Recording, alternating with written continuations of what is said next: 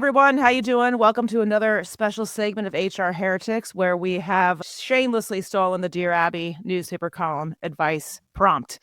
So, Dear Heretics, here we go. Feel free to send us. Make sure to keep saying us things. You all are saying us great scenarios, situations, conundrums, if you will, on the job. You're sending them to us through LinkedIn. You can also send directly through my website, just my name. Please keep them coming because it's awesome. And we have our friend Colleen back on the pod today for Dear Heretics, who is now a Chief People Officer, sucked back into the seat at Confluent, kicking butt over there. So welcome, Colleen. Welcome back as always. Thanks for having me. Really excited to be here. Throw me in the hot seat. All right. You both are going to love this, and so will the audience. So here's the question or situation. Dear Heretics, CEOs and CFOs and even board members now are sticking their noses in more and more, scrutinizing budget. Meanwhile, people teams are leaner than ever before. How do we get CPOs to help prove ROI or get the buy-in from what they are wanting to do? Some questions the CFO asked me recently as just a couple examples. What is the total dollar numbers and percent of payroll proposed for salary increases relative to the past few years? What KPIs are the people team tracking that may help us better understand how employees are performing and producing? I just feel like a lot of these questions are getting thrown at me more than ever before. How do we get them to trust us more with business acumen, ROI, and budgets? Well, I'll go first. I think you mentioned this poor questioner mentioned a lot of different stakeholders, and the answer probably is different depending on the stakeholder. So I will say, if you have board members who are asking you those questions and they are desperate to be operators in your business, I definitely think that you need to learn to draw the lines between what is operating and what is being advisors and sort of what is their actual compliance duty as board members. So I think in that case, there's certainly, I really dislike board members who try and be operators and jump in my business outside of what is their requirements. And so you should actually build relationships with your CEO and CFO to help you make that case and keep them out of your shit.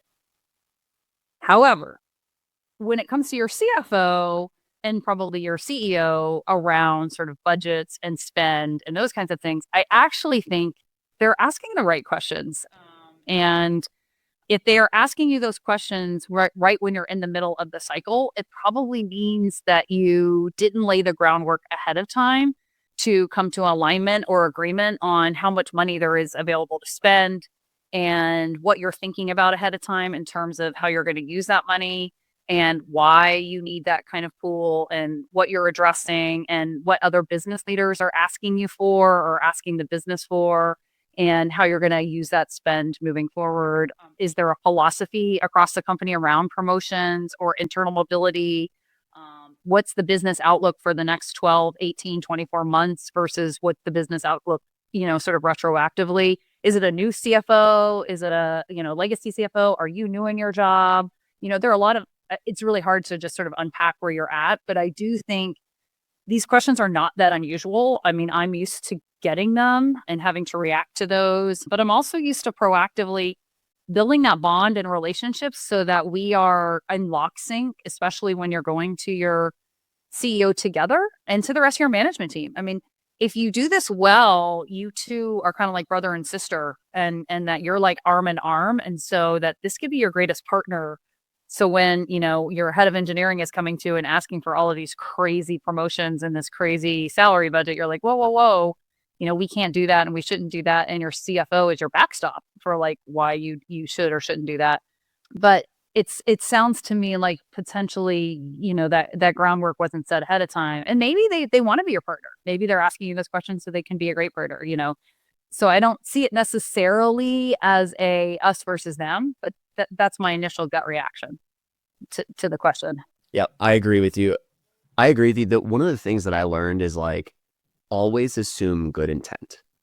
And what I hear from this question is they're crawling up my ass and, they're looking around for all of the gaps in my strategy. Why don't they just trust me? And that may not be how it's actually framed, but that's what I hear when I hear it. And I hear that because I used to feel the same way. So when I was at DoorDash, and this is this is the thing that underpinned the question, which is at DoorDash, we were always super lean because we operate in a low margin business. We didn't have the luxury of having the size of Uber's people team. And so when I would get these questions, I was always like, oh my God, like this is like another thing I have to go in and do right now when I'm just trying to keep the lights on in the house. And it turns out that actually this is your job. This is what you have to do. You have to proactively answer these questions, as Colleen said. And if you're not doing a good job of operating strategically, the reality of what's coming next is they will find somebody that will. And so I would just encourage you to assume good intent and to take responsibility that if they are having to ask you these questions, you need to do a better job of answering them before they get to you. And one of the ways you could do that is to sit down with your CFO and just say, hey, I was actually caught a little bit off guard. I thought you knew the answers to these questions. What can I do to make sure that I am proactively answering these in the future such that you don't have to ask me again, which makes me feel like I'm on my heels. And I think like just opening up that door to have that sort of a relationship and that level of honesty will go a long way in ensuring that you know where you stand with that person, because that feels like the other thing here is maybe you feel a little bit uncertain on where you are in the pecking order of that relationship. Love those. Totally agree.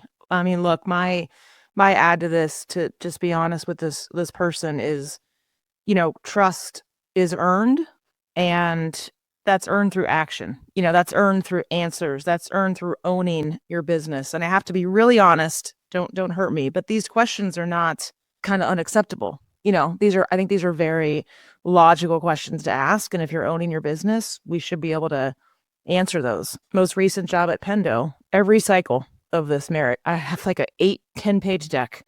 Data, history, trends, stratifying the information, cut by function, cut by level, cut by gender, what's the average?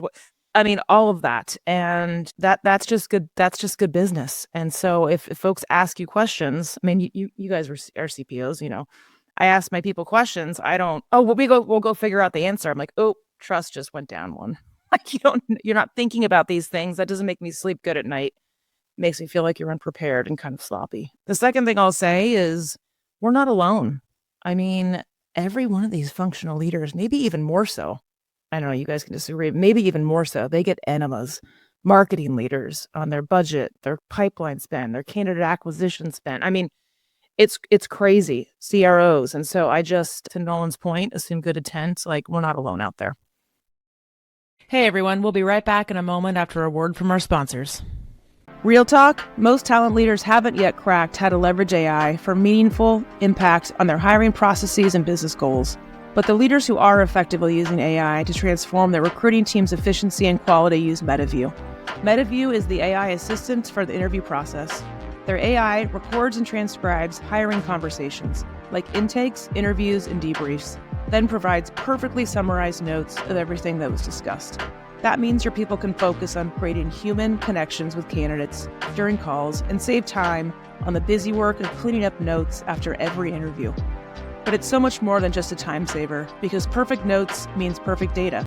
For every candidate and every pipeline, hiring teams can make confident, informed decisions, and talent leaders can finally take control of the interview process.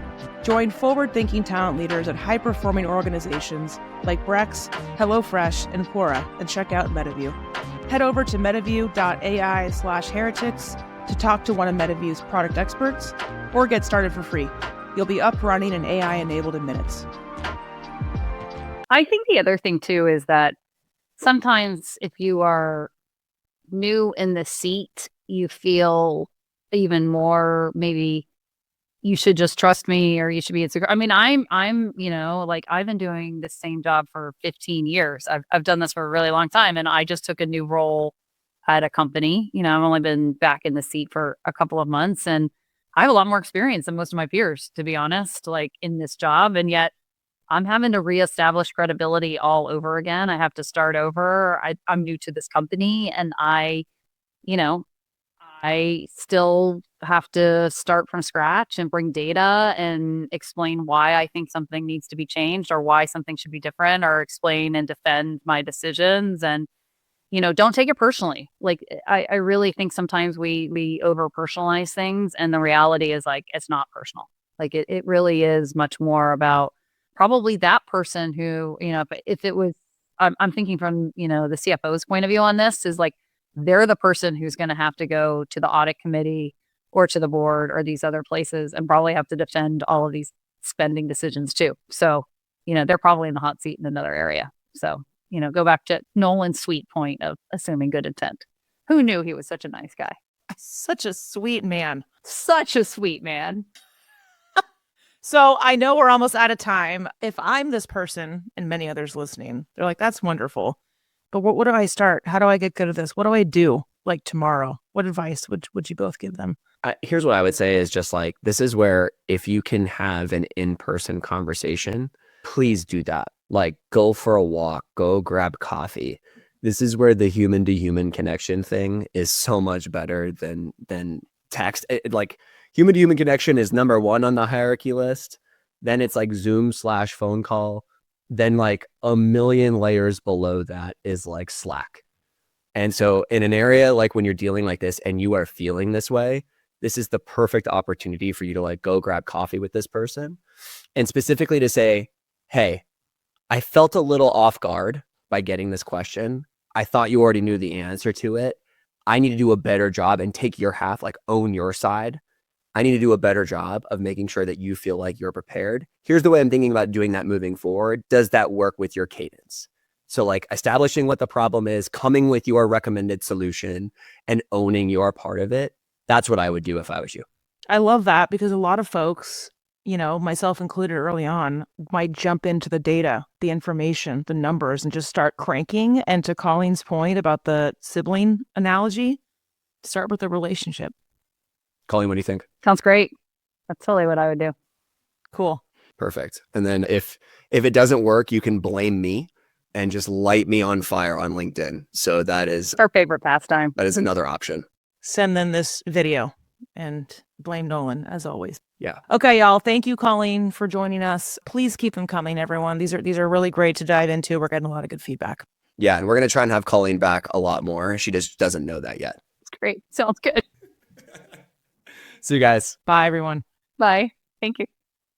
HR Heretics is a podcast from Turpentine, the network behind Econ 102, Moment of Zen, and Turpentine VC. Subscribe, 5 stars, share it on Apple, YouTube, Spotify, anywhere you get your podcasts, all the things.